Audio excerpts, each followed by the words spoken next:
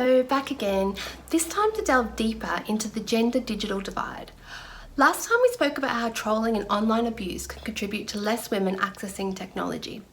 This time I'm going to look at a few other reasons behind the gender-digital divide, but also whether digital media can actually help diminish the divide between genders. In my last vlog, Digital Divide, What About the Women?, I talked about how 70% of women have experienced online harassment and abuse. But what are some of the other reasons that may cause the divide between men and women on digital media? In a journal article, Gendered Space, the digital divide between male and female users in the internet public access sites, researchers detail a variety of ways in which women lag behind men in the ownership of technology and the development of technological skills. For example, men own and use computers and the internet more than women, spend more time online, take technology classes, and show more motivation to learn digital skills. Remember what we talked about in the previous video? Just because two people have access to the same technology doesn't mean they have the same skill level.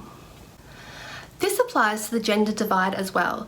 Just because two people in the same household have access to the same technology doesn't mean that they access it equally.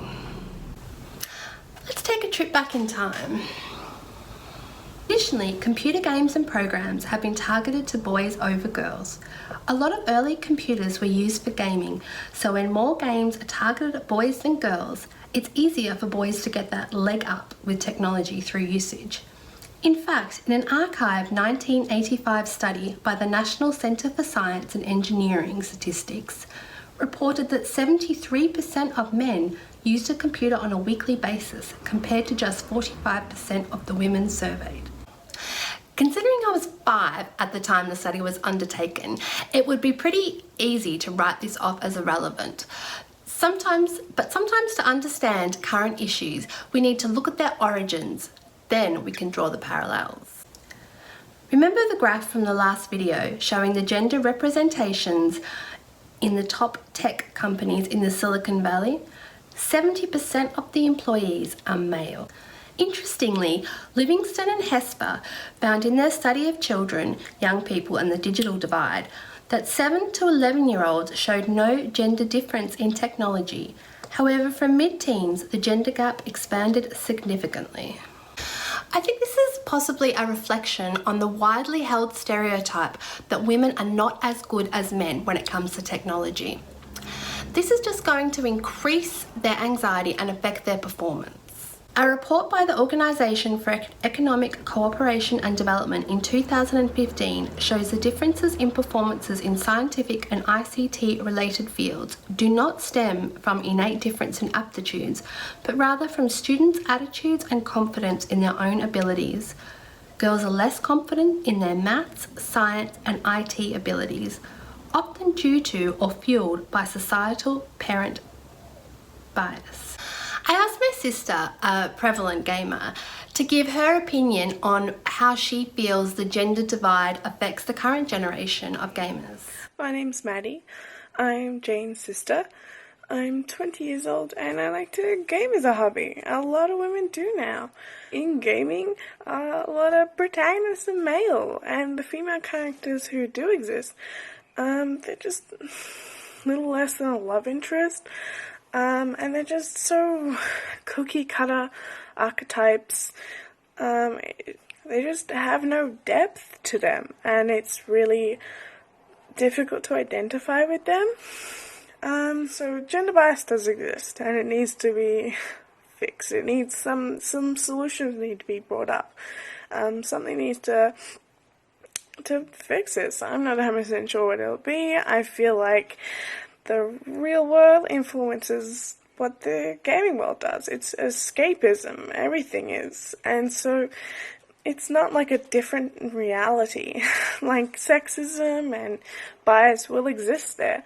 So we need to work on it in real life, and then it'll translate into the things we do online. It doesn't have to be all bad news though.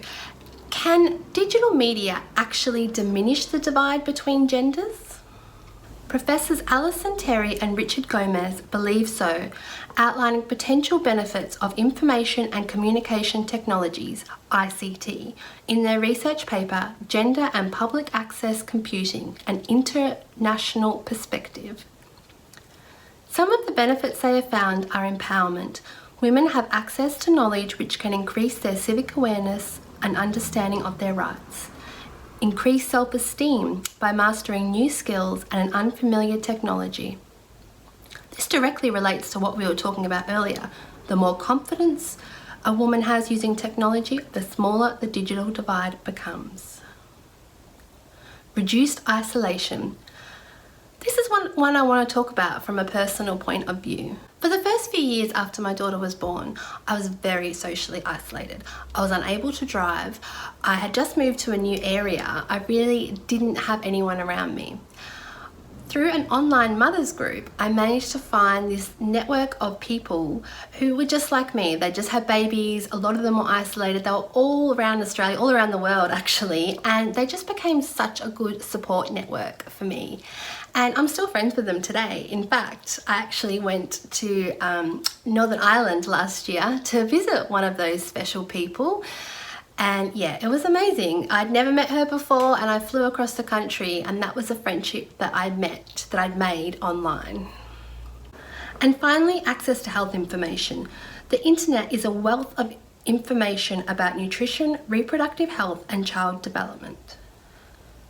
I think another really good example of digital media being able to diminish the gender divide is giving women the opportunity and the flexibility to be able to return to work after having a family and being able to work from home. To be able to work from home in between school drop-off, grocery shopping and putting out the washing is a massive advantage to women that was not available to our mothers and grandmothers' generation. This is actually a really big factor about why I'm studying digital media communications, so I can have that flexibility to work from home whilst also running the household, looking after my daughter, that kind of thing. There are so many job opportunities in digital media to work remotely, enabling a little bit more of that work-life balance I was stressing about in my last blog. Digital media isn't going away. In fact, it's making advancements every day. Just by the time I publish this video, it will already be outdated. As women, we need to continue to fight the stereotype that media and technology are a man's domain. This is my little contribution. Thank you.